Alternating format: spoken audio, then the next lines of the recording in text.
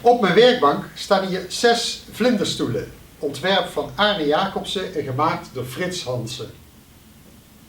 Zoals je kunt zien zijn er inmiddels 2 stoelen losgelaten van de 6. Bij u een welbekend probleem. In deze video laat ik zien dat de overige stoelen eigenlijk ook al los zitten. En dat kan ik laten zien door even de onderzijde van de stoel los te maken. Als eerste halen we even het kapje eraf.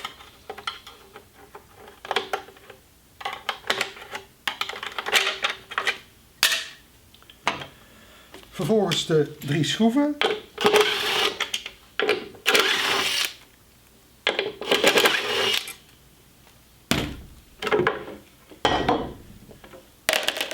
Dan zit er nog 1 klein schroefje hier.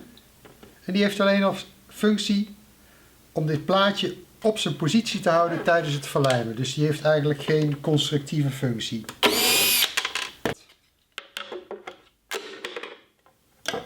Daar is dus eigenlijk weinig voor nodig.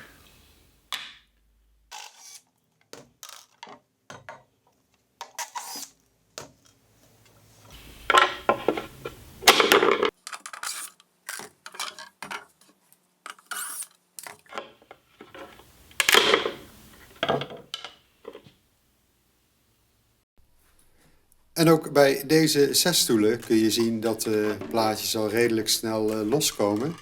Met redelijk weinig kracht heb je daarvoor nodig. Want na de eerste die loskomt bij je thuis zit eigenlijk de rest van de stoelen ook al los.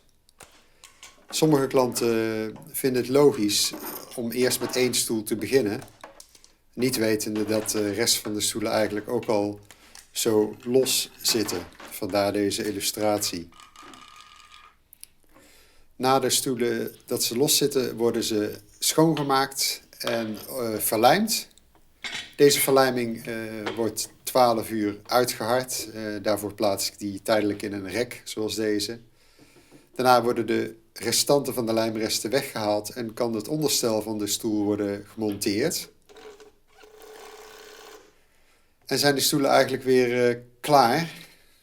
En je kan eigenlijk zien bij deze mensen waarvoor ik de stoel al heb gerestaureerd, zoals een architectenbureau en een aantal particuliere klanten, dat ze weer van hun stoelen kunnen genieten. Klaar voor een tweede leven.